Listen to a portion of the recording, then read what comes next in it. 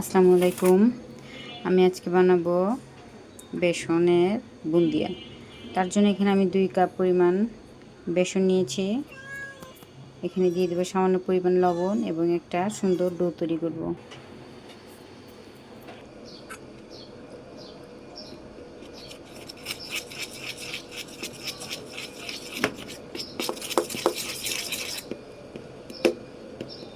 একবারে আমি পানিটা দিয়ে দেব না, কারণ আমি অল্প অল্প করে পানি নিব আর একটা ডো তৈরি করবো।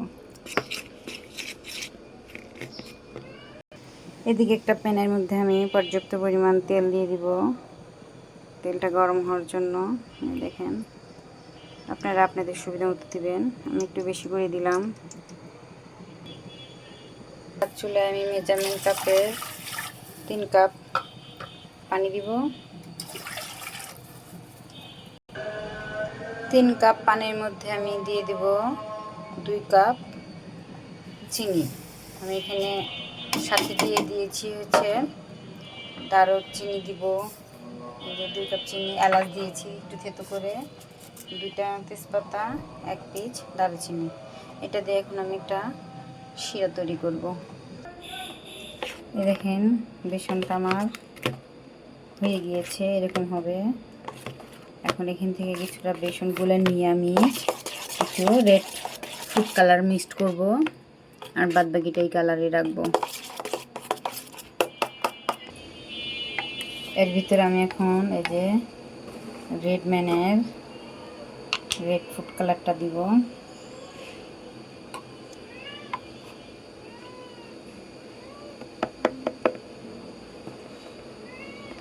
ভালো করে মিক্সড করে নেব। দেখেন মিক্সড করা হয়ে গিয়েছে। এখন আমরা চুলায় যাব এগুলি ভাজি করার জন্য। হয়তো ওদিকে আমাদের তেলটা গরম হয়ে গিয়েছে। ওকে, চেক করে দেখি তেলটা গরম হয়েছে কিনা। এর জন্য আমি এর ভিতরে 1 ফোঁটা দিয়ে দিব।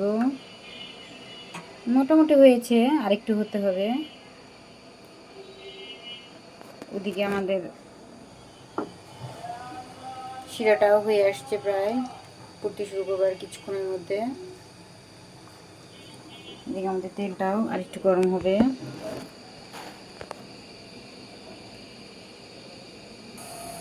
আবার একটু চেক করি।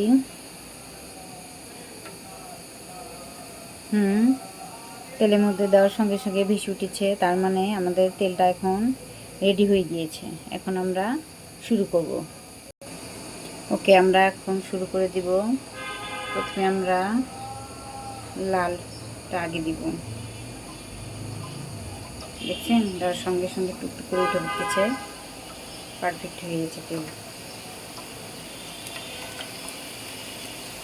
অল্প অল্প করে দিব, একবার এত দিব না।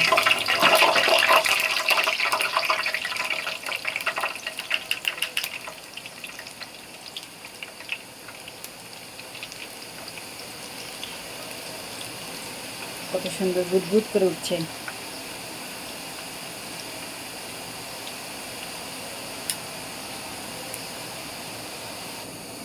দেখেন কত সুন্দর হয়ে গিয়েছে। এদিকে আমার শিরাটাও হয়ে গিয়েছে। এখন আমি উঠাবো, এই সাইড থেকে উঠাবো, শিরার মধ্যে দিয়ে দেবো। শিরাটা বন্ধ করে দিলাম, কারণ হয়ে গিয়েছে।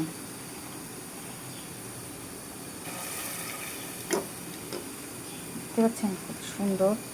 আমি এখানে কোনো বেকিং পাউডার, বেকিং সোডা কিছু ইউজ করিনি।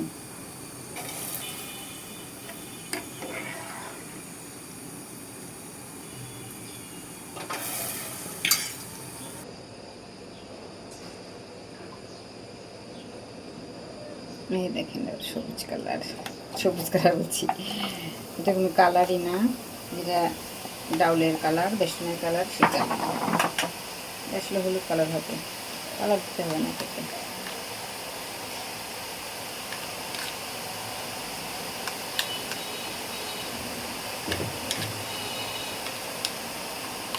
বৃষ্টির মতন ঝিরঝিরে।